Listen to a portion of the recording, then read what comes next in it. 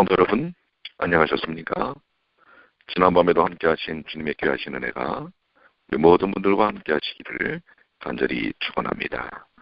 만나의 아침 새벽 기도로 시작하겠습니다. 하늘에 계시는 사랑이 많으신 아버지 하나님 감사합니다. 지난밤에도 하나님의 귀하신 은혜의 손길이 우리 모든 주의 자녀들과 함께함으로 인하여 오늘 이 아침을 맞게 해주셨습니다. 오늘 이 아침 성령의 이슬기를 저희에게 허락하셔서 우리의 심령이 성령의 임재하심으로 풍성하여질 수 있도록 도와주시옵소서. 아름다우신 주님의 은혜를 다시 한번 체험하는 귀한 시간 될 수 있도록 인도해 주시옵소서. 우리 주님 예수님의 이름으로 간절히 기도 올리옵나이다. 아멘. 오늘은 과정 제12과 추수와 추수꾼에 대해서 함께 말씀을 나누도록 하겠습니다. 제12과 추수와 추수꾼입니다. 먼저 기억절의 말씀 요한복음 15장 8절에 있는 말씀인데요. 개역번역입니다. 너희가 과실을 많이 맺으면 내 아버지께서 영광을 받으실 것이요 너희가 내 제자가 되리라. 너희가 과실을 많이 맺으면 내 아버지께서 영광을 받으실 것이요 너희가 내 제자가 되리라. 학습 목표로 올라가시면 깨닫깁니다. 진정한 제자는 직책이나 지위에 좌우되지 않는다는 사실을 이해합니다.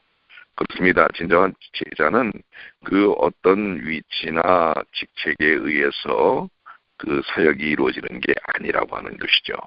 느끼기는 섬김의 삶을 갈망하는 것입니다. 우리가 섬긴다는 것, 제자로서의 섬김의 삶이 무엇인지 느끼는 것이고요. 행하기란 자신이 가장 도움을 줄 수 있는 사람들 또는 지역으로 인도해 주시도록 성령께 자신을 맡긴다.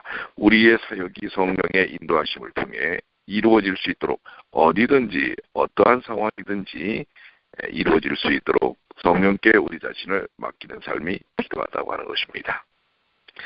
서론을 보시면 우리가 특별히 이 제자로서의 삶에 있어서 특별히 마지막 때에 필요되는 것은 영적 투쟁을 위해 리더들을 준비시키기보다 회원을 모집하고 미디어 공세를 펼치며 홍보 캠페인을 벌이기 위한 리더 훈련은 재앙을 자초한다는 것입니다. 이게 무슨 얘기입니까? 즉 진정한 우리가 이 마지막 때를 위한 추수를 위해서는 리더들을 준비시키는 일이 필요하다고 하는 것입니다. 그냥 외형적으로 사람들을 모으고 미디어를 통해서 어떤 공세를 펼치고 이런 것이 중심이 되어서는 안 된다고 하는 것입니다. 그래서 진정한 전도와 제자 양육은 첫 번째 자신의 죄성에 대한 인정이고요. 두 번째는 마음의 속으로 나오는 진정한 참회. 세 번째는 전적인 영적인 굴복이 필요하고 네 번째는 다른 이들에게 하나님의 거룩한 기별을 전파하고픈 주체할 수 없는 충동을 중심으로 펼쳐진다는 것입니다. 외형적으로 방송을 하든지 미스미디어를 통해서 홍보를 하고 광고를 하는 것 물론 중요합니다. 그러나 진정한 전도와 제자 양육은 개인의 변화, 구원의 확신, 죄의 회개, 그리고 영적인 굴복을 통한 성령의 역사심 속에서 일어난다는 사실을 이야기하고 있습니다. 우리가 오늘 제목처럼 추수와 추수꾼이 온전한 추수를 하기 위해서는 자신의 개인의 그리스도를 통한 영적 변화가 그리고 성령의 임재하심이 중요하다는 사실을 설명하고 있습니다. 자, 첫째 날입니다. 제목이 재미있지요? 거지들의 빵입니다. 자, 거지들의 빵이란 무엇을 의미하는가 오늘 설명을 하고 있는데요. 밑으로 일단 교훈을 보시면 예수님을 증거하는 가장 기초적인 방법은 사람들을 초청하여 주님께 인도하는 것이며 이를 통해 수많은 영적 지도자가 생겼다는 것입니다. 직접적인 개인 전도들이 상당히 중요하다는 사실을 이야기하고 있습니다. 자, 그렇기 때문에 우리가 영혼을 구원하기 위해서 하나님과 사람은 어떻게 협력을 해야 하는가? 요한복음 1장에 있는 말씀, 성경 말씀, 요한의 말을 듣고 예수를 따르는 두 사람 중에 하나는 시몬 베드로의 형제 안드레라. 그가 먼저 자기 형제 시몬을 찾아 말하되 우리가 메시아를 만났다 하고 데리고 예수께로 오니 예수께서 보시고 이르시되 내가 요한의 아들 시몬이니 장차 개발하리라 하시니라. 안드레가 뭐예요? 베드로를 데리고 오는 모습을 보게 됩니다. 전도는 흔히 거지가 다른 거지에게 빵이 있는 것을 알려주는 것이다 라고 정의됩니다. 자, 거지들이 제일 관심 있는 게 뭐겠습니까? 빵이겠죠. 그런데 다른 거지가 이미 빵이 어디 있는지를 아는 거예요. 음식이 어디 있는지를 아는 것입니다. 그거를 알려주는 건데 그 알려줄 때 다른 거지들은 얼마나 정말 갈급함 속에서 그 이야기를 듣고 따라오겠습니까? 바로 전도란 그런 것이라고 하는 것입니다. 안드레가 분명 이 점에서 아주 뛰어난 모습을 보여줍니다. 그의 형제 베드로의 그는 언젠가 성경에 포함될 것이라고 또 그의 사역은 사도행전에 기록되었으며 예수님은 그를 가장 친밀한 세 제자 중 하나로 삼으셨다고 하는 사실이 바로 안드레를 통해서 이루어졌다고 하는 것입니다. 안드레는 사실 그런 영예를 누리지는 못했어요.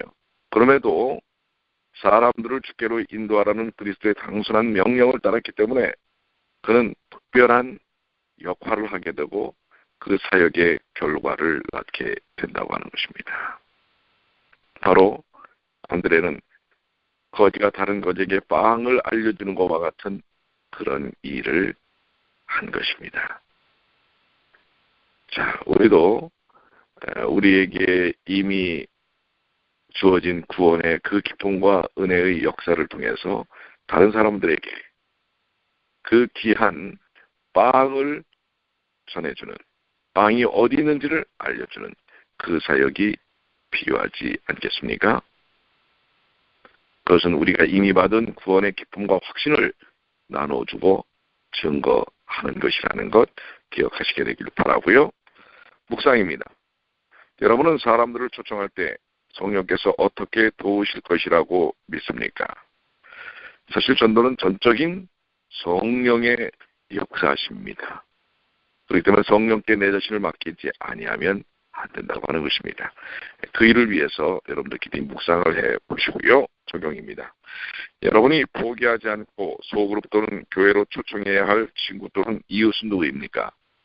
특별히 이제 우리 봄이 되면서 우리는 이제 4월부터 아주 적극적으로 소그룹, 이 구역반 활동들을 시작할 것입니다. 자, 이 일들을 통해서 여러분들이 초청해야 될 이웃들이 무엇입니까? 이 소그룹이나 교회가 온전히 전도하고 영혼들을 구원하는 그 역사의 첫 번째는 여러분 자신입니다. 어떤 프로그램도 아닙니다. 다른 사람이 하는 것이 아니라 여러분 자신이 다른 사람들에게 접근해서 그들을 인도하는 것입니다. 오늘 여러분들이 그 사역을 위해서 하나님께 능력을 구하고 용기를 구하고 확신을 구하는 그러한 시간들을 가지시게 되길 바랍니다. 둘째 날입니다. 예수께서 인내를 호소하실 때입니다. 교훈을 보시면 복음을 전하는 일은 끈기와 인내가 필요하며 그런 태도는 철저하게 성령을 의지할 때만 가능하기 때문에 제자들은 먼저 성령의 지도를 기다려야 한다. 그렇습니다. 우리가 전도하는 일은 인간의 능력과 방법으로 되는 것이 아니라 바로 성령의 능력과 지도하심, 인도하심 속에서 이루어지기 때문에 끈기와 인내가 필요하다고 하는 것입니다. 자, 특별히 누가복음 24장 49절에 말씀하고 계시죠. 볼지어다 내가 내 아버지께서 약속하신 것을 너희에게 보내리니 너희는 위로부터 능력으로 입혀질 때까지 이 성에 머물라 하시니라. 우리가 이 일을 위하여 기도해야 할 것입니다. 성령의 부어주심, 성령의 임재하심, 성령의 내재하심을 통하여 역사는 일어나는 것이고 전도의 사역이 이루어지는 것입니다. 예수님은 제자들에게 성령을 의지하는 경험이 없다면 천국의 확장이 매우 위태롭게 될 것을 아셨습니다. 반대로 그들이 처음부터 그런 교훈을 배운다면 그들의 장래 사역은 하늘의 성과로 이어질 것이었습니다. 그래서 그분의 첫 명령은 기다리라는 것이었습니다. 여러분도 성령 충만을 간구하고 기다려야 합니다. 그 일에 우리는 진정한 우리의 마음을 열고 접하는 일들이 필요하다고 하는 것입니다. 사도행전 16장 6절에서 10절에 보면 곤란한 상황을 맞이했던 바울의 경험에서 오늘날 우리들은 어떤 격려를 경험할 수 있을까요? 하나님의 때를 위한 인내와 기다림에 관하여 이 성경절이 무엇을 제시하고 있는지 우리는 묵상해 봐야 할 것입니다. 사도 바울은 비두니아 지역으로 들어가려는 아주 야심찬 계획을 세웠습니다. 그러나 이 아주 단호하고 꿋꿋한 바울도 하나님의 인도하심에 민감하게 반응하여 성령의 개입을 거부하지 않고 수용하였습니다. 사도는 자신을 마게도니아로 보내시는 성령의 지시를 기꺼이 받아들였습니다. 그리고 그곳에서 끈질긴 노력을 기울이자 수많은 기적들이 일어났고, 바울이 자기 계획을 무리하게 추진했다면 유럽 선교는 아주 무한정 연기가 될 뻔했던 사실입니다. 즉 모든 이 선교 사역의 핵심은 성령의 인도하심이라고 하는 사실을 우리는 기억해야 하는 것입니다. 묵상입니다. 우리는 얼마나 자주 하나님의 계획보다 자신의 계획을 앞세웁니까? 맞습니다. 하나님의 계획에 우리는 우리의 마음을 초점을 맞춰야 할 것입니다. 내 계획이 아닌 것입니다. 그 일을 위하여 여러분들 좀 묵상을 해보시고요. 적용입니다. 지금 우리는 어떤 일을 위하여 기도하며 성령께서 인도하실 때까지 인내심을 발휘할 필요가 있습니까? 어떤 인내심이 필요할지 여러분들 깊이 좀 기도하시게 되길 바라고요. 셋째 날입니다. 권위를 행사하. 내려가셔서 예수님은 제자들에게 사명을 맡기시고 능력을 부여하셨습니다. 주님이 맡기신 사명에는 주님이 직접 능력을 부여하신다는 사실입니다. 주님은 우리에게 능력을 주시지 아니하시고 그 일을 하라고 명령하시지 않는다는 사실을 기억하시길 바라고요. 또한 그들을 통제하기보다 권위를 주어 그분의 말씀과 모범에 따라 봉사하도록 하셨습니다. 하나님의 귀한 사역을 이루는 데 있어서 능력과 권위를 주셨다고 하는 사실을 보여주고 있습니다. 그렇다면 예수님의 제자들은 어떤 종류의 권위가 있었습니까? 또 오늘날의 우리에게는 이것은 어떤 의미가 있을까요? 마태복음 16장 19절에는 내가 천국 열쇠를 내게 주리니 내가 땅에서 무엇이든지 매면 하늘에서도 매일 것이요 내가 땅에서 무엇이든지 풀면 하늘에서도 풀리리라. 천국의 열쇠는 곧 그리스도의 말씀입니다. 생명의 말씀입니다. 구원의 말씀입니다. 모든 성경 말씀은 예수님의 말씀으로서 그 말씀은 바로 여기에 포함되어 있는 것입니다. 이 말씀은 하늘을 열고 닫는 능력을 가지고 있습니다. 그 말씀은 사람들이 간합되느냐 혹은 거절당하느냐를 결정짓는 조건들을 선언하고 있는 것입니다. 그러므로 하나님의 말씀을 전파하는 자들의 사업은 생명에 이르게 하는 향기가 되거나 그렇지 않으면 사망에 이르는 냄새가 되거나 합니다. 그들의 사업은 영원한 결과가 달려있는 사명입니다. 즉 우리에게 주어진 인천국의 열쇠, 복음을 증거하는 일, 이것은 영원한 생명을 결정짓는 매우 중요한 것이라고 하는 것입니다. 이것은 생명의 권위가 있다고 하는 사실을 보여주고 있는 것입니다. 우리는 그 생명의 정말 영원한 결과에 대한 사명을 갖고 있는 그만큼 소중한 그러한 사명을 가진 사람들입니다. 그만큼 권위가 있는 것이죠. 우리는 그것을 바르게 사용해야 된다는 사실을 기억해야 할 것입니다. 묵상입니다. 하나님은 여러분에게 신자로서 또는 직분자로서 어떤 권위를 부여하셨습니까? 각자에게 말씀을 증거할 권위가 있다는 사실을 우리는 깊이 묵상해 봐야 할 것입니다. 적용인데요.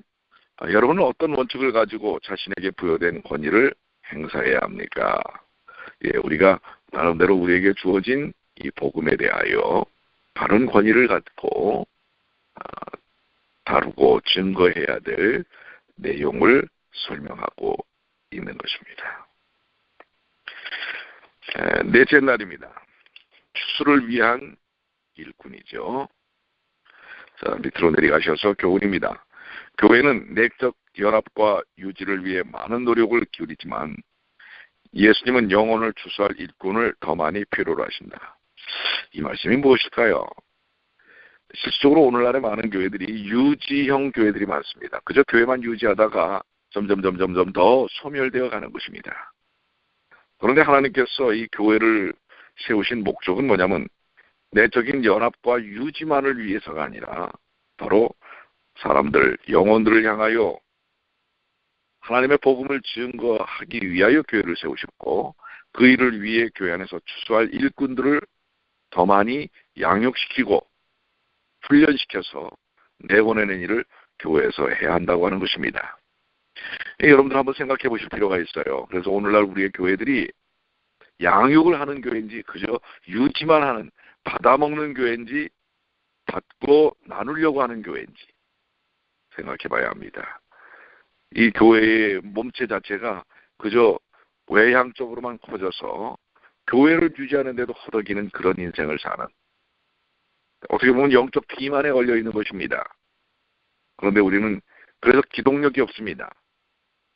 이런 그 비만적 불필요한 것들은 이제 다 제거하고 오직 활동력을 갖고 다른 이들에게 복음과 생명을 증거하는 그러한 사역이 우리의 본연의 모습이라는 사실을 기억해야 할 것입니다. 자, 우리는 마태복음 9장 36절의 말씀에서 현재 우리를 위해 그리고 우리 앞에 놓인 인물을 위해 어떤 중요한 기별들을 우리가 생각해야 할까요? 마태복음 9장 36절 38절은 무리를 보시고 불쌍히 여기시니 이는 그들이 목자 없는 양과 같이 고생하며 기진함이라. 이에 제자들에게 이르시되 추수할 것은 많되 일꾼이 적으니 그러므로 주사는 주인에게 정하여 추수할 일꾼을 보내주소서 하라 하시니라. 그렇습니다. 주님은 지금 추수할 일꾼이 필요하신 것입니다.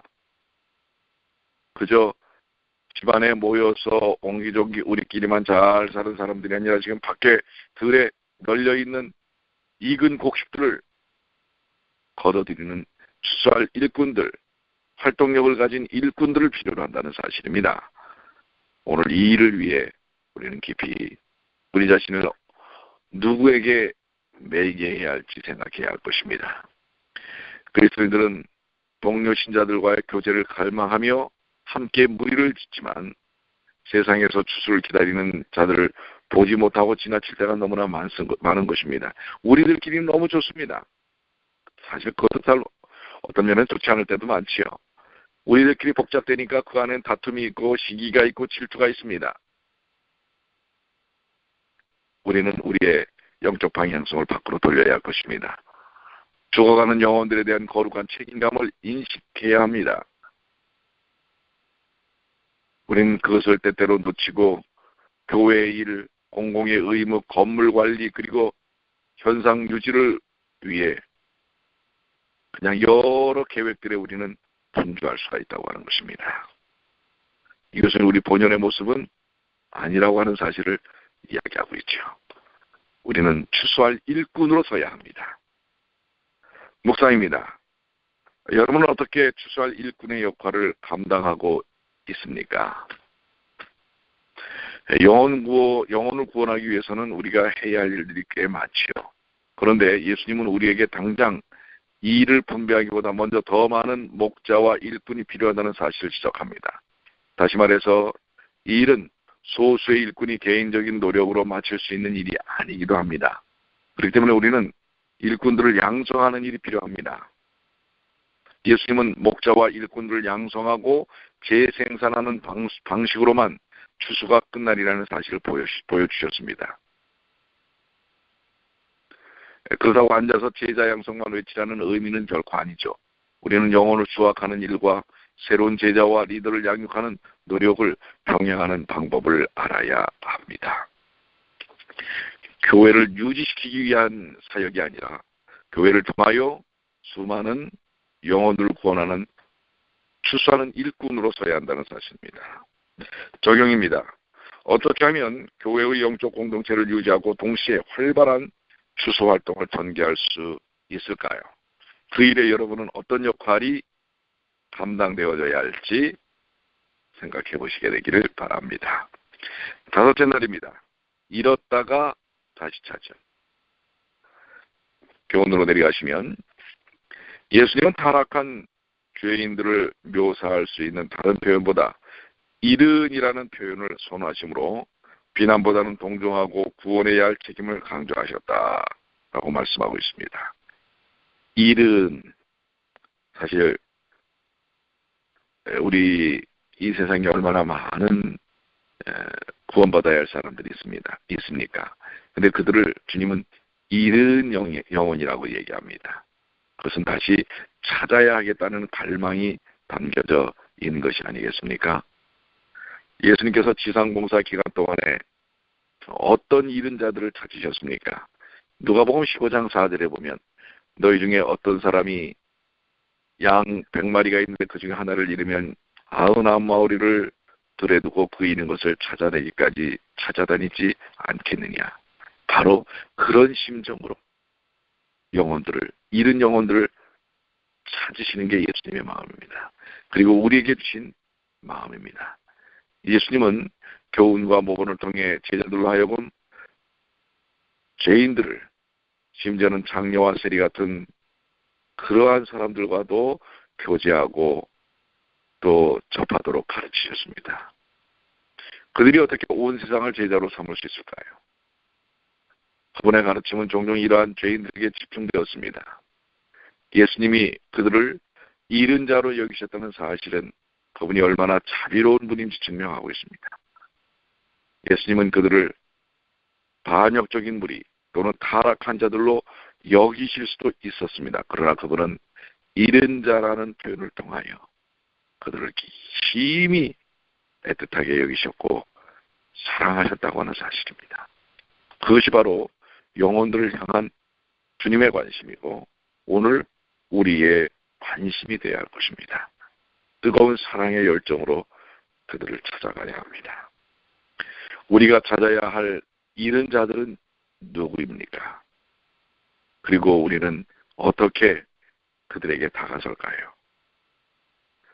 하나님의 자녀가 되는 사람은 자기 자신을 세상을 구원하기 위하여 들여진 사슬의 한 고리로 그리스도의 자비의 계획에서 그분과 하나 되어 잃어버린 자들을 찾아 구원하고자 그분과 함께 나가는 사람으로 생각해야 합니다.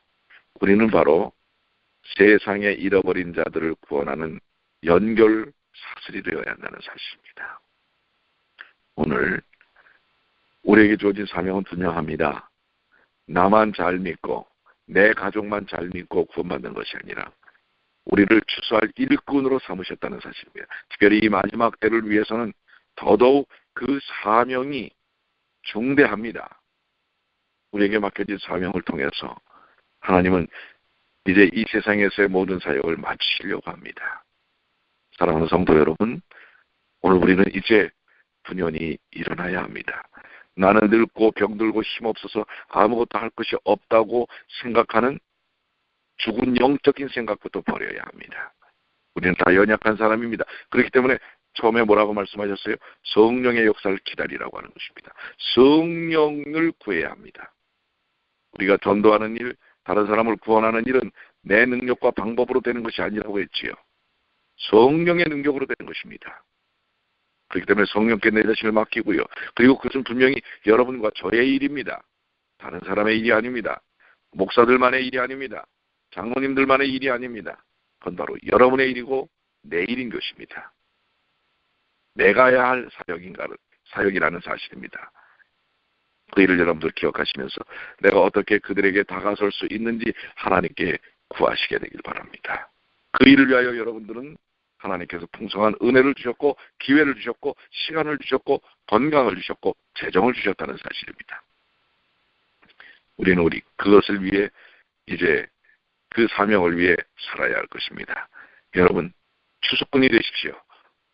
지금은 많은 추수꾼이 필요합니다. 안드레와 같은 일꾼이 되십시오. 사람들을 주님께 인도해야 할 것입니다. 빵이 있는 것을 알려주는 선임 거지가 되십시오. 기도하며 끈기 있게 이 일에 자신을 맡겨보십시오. 성령의 지도를 받으며 성령을 구하시게 되길 바랍니다. 주님께서는 일꾼들에게 권능과 권위를 주십니다. 잃은 자들을 찾고 찾는 그 일에 여러분과 제가 함께하는, 그래서 이제 우리 교회도 4월부터는 구역반을 하고자 합니다. 이건 당연히 해야 할 일입니다. 해도 그만 안 해도 그만, 에이 뭘 그걸 하느냐, 이런 정신이 아니라 꼭 해야 할 일들입니다. 이제 여러분들 마음을 다잡으시고 우리에게 주어진 이 사명을 위해 이제는 움직이시는 성령의 능력에 여러분 자신을 맡기시는 주님의 귀한 자녀들이 되시기를 간절히 축원합니다. 올해는 우리에게 주어진 많은 영혼들을 통해 주의 전을 꽉 채워야 되지 않겠습니까? 그것이 하나님께서 가장 바라시는 일이 아니겠습니까? 하나님의 귀하신 역사를 체험하는 주님의 귀한 자녀들이 되시길 바랍니다. 예수님처럼 사랑하며 예수님처럼 그들에게 다가서는 사랑의 주수꾼이 되시는 주님의 귀한 자녀들이 되시기를 간절히 축원합니다. 기도하시겠습니다. 하늘에 계시는 사랑이 많으신 아버지 하나님, 오늘 주신 말씀을 통하여 오늘 우리를 주수꾼으로 삼아주신 것 감사합니다. 주수꾼의 사명은 그 주수꾼의 능력이 아니라 주수꾼을 세우신 하나님의 능력과 성령의 충만함입니다. 아버지 하나님이시여, 그 일을 통하여 올해 우리가 온전한 이 시대를 위한 주수꾼의 사역을 할 수 있도록 도와주시옵소서. 이제 4월부터는 우리는 이 추수하는 작업을 위해 우리 자신이 잘 숙련된 주수꾼이 되기를 원합니다. 그리고 그 사역이 스몰그룹 구역반을 통해서 이루어지길 원합니다. 아버지 하나님이시여, 이 일에 함께하여 주시옵고 성령의 임재하심을 허락해 주시옵소서. 그리고 우리가 깨닫는 바 그 모든 것들을 마음에 확신하고 결심하여 주님 뜻 참여할 수 있는 안드레와 같은 사람들이 될 수 있도록 도와주시옵소서. 아버지 하나님, 육신적으로 공부한 상태에 있는 모든 주의 자녀들을 회복시켜 주시옵소서. 목적이 있어서 회복시켜 주시옵소서. 그저 육신적 고통과 영적인 연약함 속에서 허덕이는 인생들이 아니라 이제는 거기서 분연히 일어나서 다른 이들에게 하나님의 영광을 드러내는 그런 사역을 위하여 우리 모두를 강건케 하여 주시옵소서. 아버지 하나님, 오늘도 저희의 호흡